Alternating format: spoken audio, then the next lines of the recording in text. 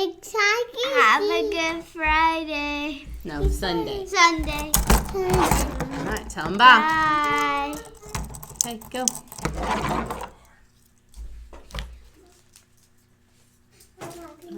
Yeah, you can open it. Bye. All right. I hope everybody is having a good Sunday afternoon. This week we are going to talk about the word hate or hatred.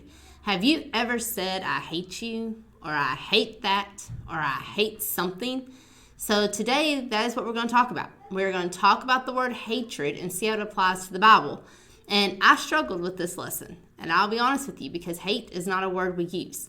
That has been a number one rule for me, especially when we had kids. When I married Matt, I told him I don't use the word hate. I can strongly dislike.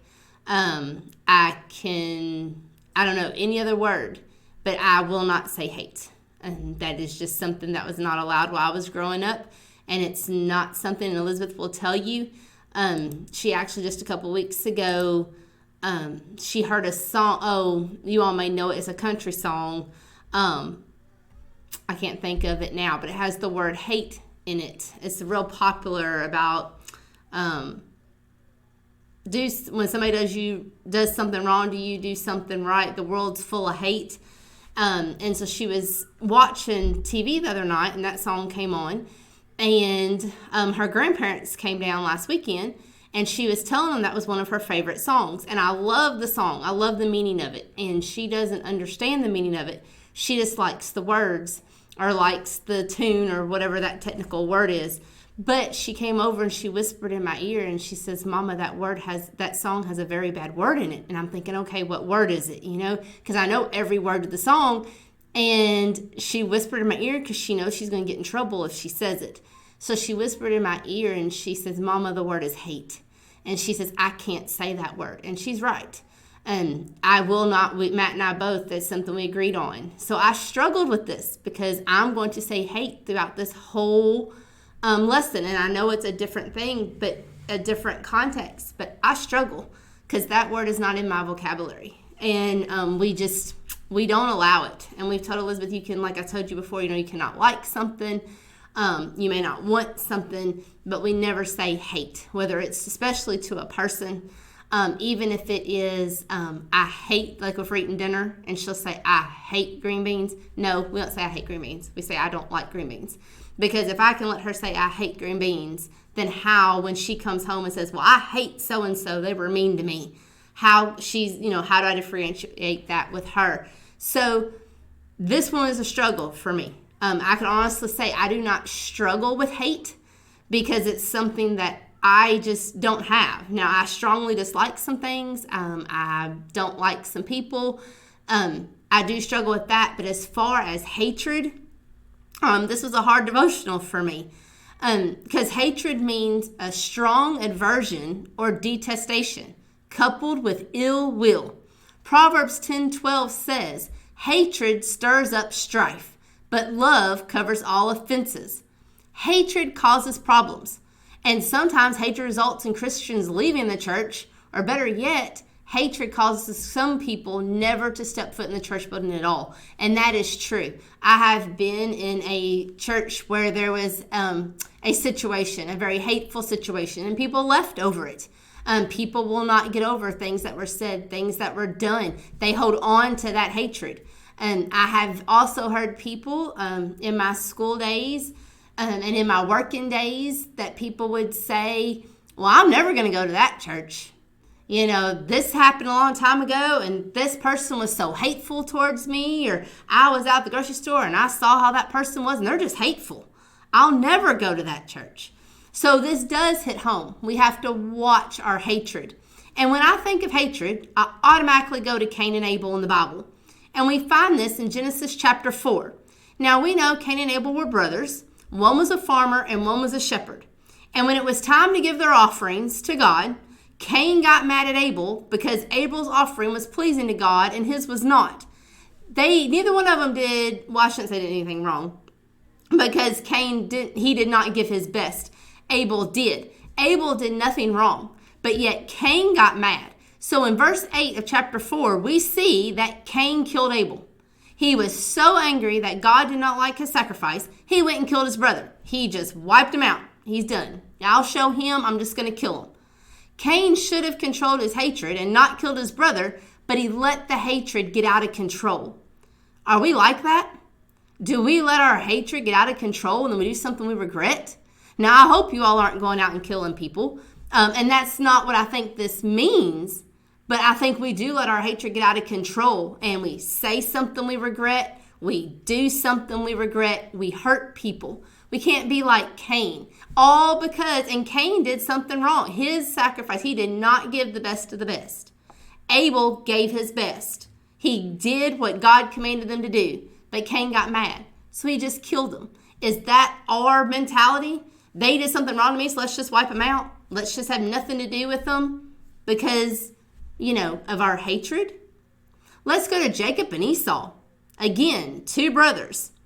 This was an act of jealousy. Cain and Abel were jealousy too, but on a different spectrum. Jacob and Esau have been jealous from day one, and it was because of the parents. And the jealousy created hatred. The parents did not help the jealousy because Rebekah had a favorite and Isaac had a favorite, but it still didn't make the hatred right. Isaac, and we know this account, we find it in chapter 27 of Genesis. Again, we're still in Genesis, just a few more chapters down. Isaac called Esau to him to bless him because he knew his life was coming to an end. So in those days, you blessed your children before you passed on. They inherited what you were going to give them, and you went on. Well, Rebekah overheard it. She knew the plan. She wasn't happy. She wanted Jacob to have the blessing. So she went all out. She made Jacob look like Esau, feel like Esau. She tried to make him sound like Esau, and that didn't work. But she put hair on him, and she made him stink. And she did end up tricking Isaac. And Isaac ended up blessing the wrong one, the wrong son. And in Genesis chapter 27, we read this whole interaction that's going on between Jacob and Esau. But when we get to chapter 41, Esau says, I will kill my brother Jacob. No, black and white. No ifs, ands, or buts. I'm going to kill him. He's going to get this birthright. I'm going to kill him. Or not birthright. He's going to get this inheritance. I'm going to kill him. So Esau is letting his hatred get the best of him. Did he have a right to be mad? Absolutely. His brother is going after him. His brother is going to kill him over something that was rightfully his. It had nothing to do with his brother. What Jacob did was wrong, but killing Esau was not the answer. And we see the consequences. It blows my mind how people think that, I'll do this today and nobody else is going to be affected by it. Well, that's what Esau and Jacob thought, and 20 years later, they had consequences. For 20 years, the next 20 years, that hatred was passed down. So much family conflict. It wasn't just a one done, I'm going to go kill my brother and it's going to be done. They had lasting effects. It tore the family apart. Are we like Esau and we get so mad or hate someone so much that we let them tear our family apart, our friendships apart, tear the church apart? Or do we have control of our hatred and we don't let it get the best of us? Again, one more example. Joseph and his brothers. Again, Joseph's brothers hated him. And we find this still in Genesis chapter 37, verse 4. It says, but when his brothers saw that their father loved him more than all his brothers, they hated him and could not speak peacefully to him. Joseph's brothers hated him so much they sold him. As Christians, we are not to have this kind of hatred. And I don't know. I had three brothers. Well, I shouldn't say had. I have three brothers and two sisters. We have had the fights of all fights, just like all other siblings. We have been mad at each other. We have said we've hated each other, but not hated enough where I'm going to go kill them. Not hated enough that I'm jealous of them and want what they have and will do anything to get it. And I'm not hating them so much that I want to get rid of them, that I want to sell them. And I just can't fathom this amount of hatred. And I know some people have this kind of hatred. It just blows my mind. But as Christians, we are not supposed to have this kind of hatred. And when I say hatred, the Bible, I think, well, this is Paul's opinion. I'm not going to put the Bible in there. You know how we've talked about before that you can be angry but don't sin in your anger? I think we can hate some things. I think we can hate what the world is doing. I really do. We can hate the drugs. We can hate the alcohol that is making somebody, I'm going to call it evil, but hurtful, harmful. We can hate the abuse that's going on. We can hate those things. In my vocabulary, not like them, strongly don't like them, wish they wouldn't happen. But I've got to be careful not to sin in my hatred. If I'm against drugs, I've got to be careful how I show that hatred towards drugs. Everybody's watching. And out of all the examples we've talked about so far, we talked about killing another person or wanting to. And most of us don't have that extreme kind of hatred today. But if we do have hatred, or if we're honest, we have some type of hatred. And as Christians, we should not have hatred towards one another. Like I said, I think it's okay if you hate what's going on in the world. You don't like all these riots, all these killing each other, drugs, whatever's going on, immortality, whatever's going on. I think it's okay to hate those sins, but we can't sin in our hatred, and we cannot show that hatred towards one another. And I think that's a fine line too. If we know somebody that is not living right and we hate what they're doing. So we know somebody on drugs. We see that the drugs are destroying them. We can hate the drugs, but we're not supposed to hate the person. So we've got to be real careful how we help that person and not down that person. We're supposed to encourage them, build them up, although we're hating the sin. I hope that makes sense. So I think it's, in Paul's words, it's okay to hate. We just can't sin while we hate, if that makes sense. So in the 3 examples we talked about, nothing good came out of hatred. None of it. One resulted in death, one resulted in tearing a family apart, and one resulted in selling their own family members. Nothing good came out of hatred. Nothing. And so like we mentioned in the beginning, that verse I read, Proverbs chapter 10 tells us hatred causes problems. Cain knew better than to kill his brother, but he thought that if he got rid of his brother, all his problems would go away. Did they? No. Did Cain feel guilty after killing Abel? Probably. But no amount of guilt could make things right and bring his brother back.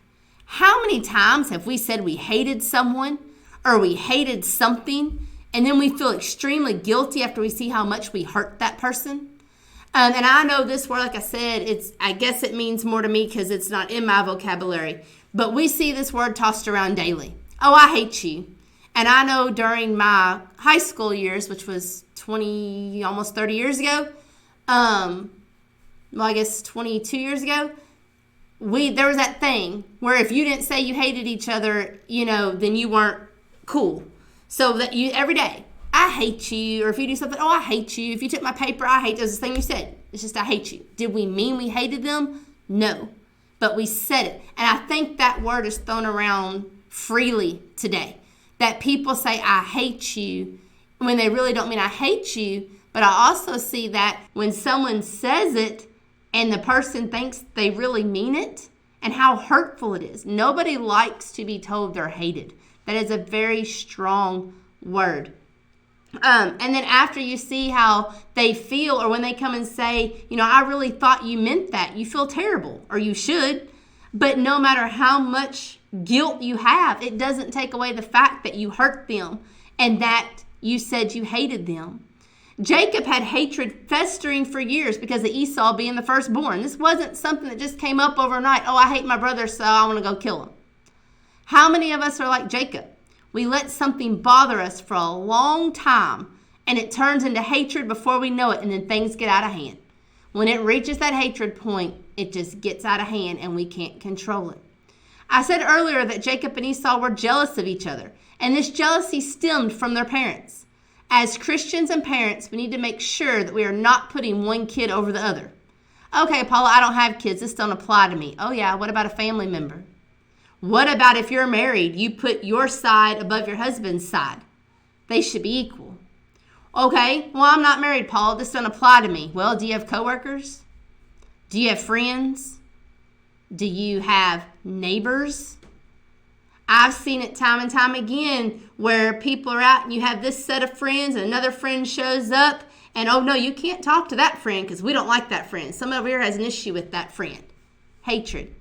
Hatred happens. We are not to create jealousy. Rebecca created and fed jealousy, and it turned into hatred between the brothers. It ultimately cost her seeing her youngest son ever again after he was sent away to get a wife and had to work for 20 years for his uncle. We as Christians have to be careful what we hate and the examples we set. People are watching. They're watching us, our kids, our friends are watching, our coworkers are watching, and our fellow Christians are for sure watching. We have all heard hatred is formed from our youth. What are we teaching our youth?